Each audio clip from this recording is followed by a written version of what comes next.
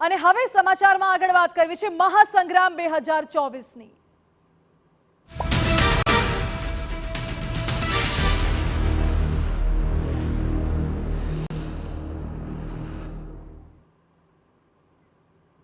ગુજરાતમાં છેલ્લા કેટલાક મહિનાઓમાં 6 ધારાસભ્યોએ રાજીનામા આપ્યા છે, ત્યારે લોકસભા સાથે 5 વિધાનસભાની પેટા ચૂંટણીની તો જાહેરાત થઈ ગઈ છે, પરંતુ વિસાવદરની પેટા ચૂંટણીની જાહેરાત નથી થઈ, કારણ કે વિસાવદરની ચૂંટણીનો મામલો હાઈકોર્ટમાં પેન્ડિંગ છે।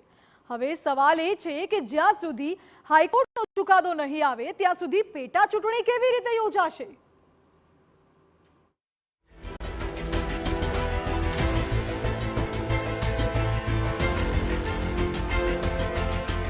વિસાવદરમાં ક્યારે થશે પેટા ચૂંટણી? ચૂંટણી પંચે કેમ ના કરી જાહેરાત? હાઈકોર્ટમાં કેમ પહોંચ્યો છે વિસાવદરનો મુદ્દો? ગુજરાતમાં લોકસભાની 26 બેઠકોની સાથે ગુજરાત વિધાનસભાની પેટા ચૂંટણીની તારીખ પણ ચૂંટણી પંચે જાહેર કરી છે। 7 મે 2024ના રોજ વિજાપુર, ખંભાટ, વાઘોડિયા, માણાવદર અને પોરબંદરમાં આ 5 બેઠક પર ચૂંટણી યોજાશે। જો કે વિસાવદર બેઠકની પેટા ચૂંટણી માટે ચૂંટણી પંચે કોઈ જાહેરાત નથી કરી, જેને લઈને આપમાંથી ભાજપમાં આવેલા પૂર્વ ધારાસભ્ય ભૂપત ભાયાણી ભારે વિટંબણામાં મુકાઈ ગયા છે। વિસાવદર વિધાનસભા બેઠક પર પેટા ચૂંટણી જાહેર ન થવા પાછળનું કારણ હાઈકોર્ટમાં ચાલી રહેલી પિટિશન છે।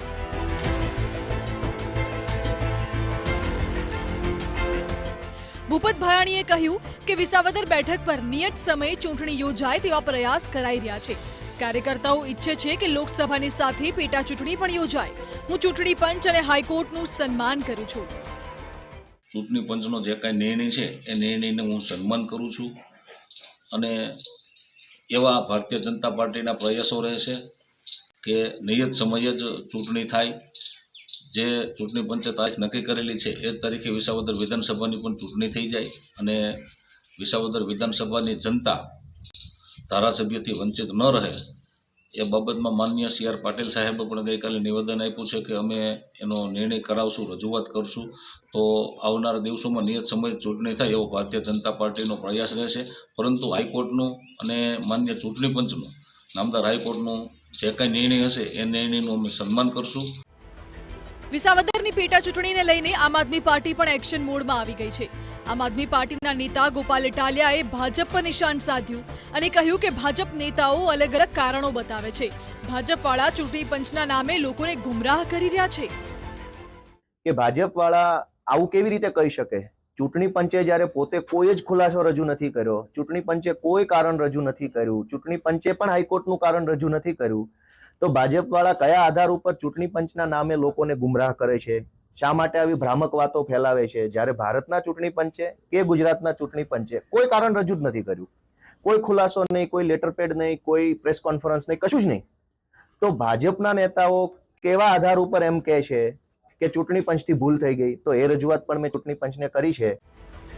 વિધાનસભા 2022ની સામાન્ય ચૂંટણીના પરિણામ આવ્યા ત્યારે આપના ભૂપત ભાયાણી વિજેતા થયા હતા। તેની સામે ભાજપના પરાજિત ઉમેદવાર હર્ષદ રીબડિયાએ પરિણામને પડકારતી ગુજરાત હાઈકોર્ટમાં પિટિશન કરી હતી। ભૂપત ભાયાણીના ફોર્મમાં ક્ષતિ હોવાની ફરિયાદ સાથે ગુજરાત હાઈકોર્ટમાં પિટિશન દાખલ કરાઈ હતી। આ અંગે કોર્ટ કેસ ચાલી રહ્યો છે। હવે ભાયાણી પણ ભાજપમાં જ જોડાઈ જતા ભાજપના જ નેતા તેમને આડખીલી રૂપ બન્યા હોય તેવો ઘાટ સર્જાયો છે। પક્ષપલટાની મોસમ શરૂ થઈ ત્યારે સૌથી પહેલા વિસાવદરના આમ આદમી પાર્ટીના ધારાસભ્ય ભૂપત ભાયાણીએ રાજીનામું આપી ભાજપનો ખેસ ધારણ કર્યો હતો। ત્યારબાદ ધીમે ધીમે અન્ય 5 ધારાસભ્યોએ પણ રાજીનામા ધરી દીધા હતા। જે ધારાસભ્યોએ રાજીનામા આપ્યા હતા તેની બેઠકો ખાલી પડતા ત્યાંની વિધાનસભાની પેટા ચૂંટણીઓ જાહેર થઈ ગઈ છે।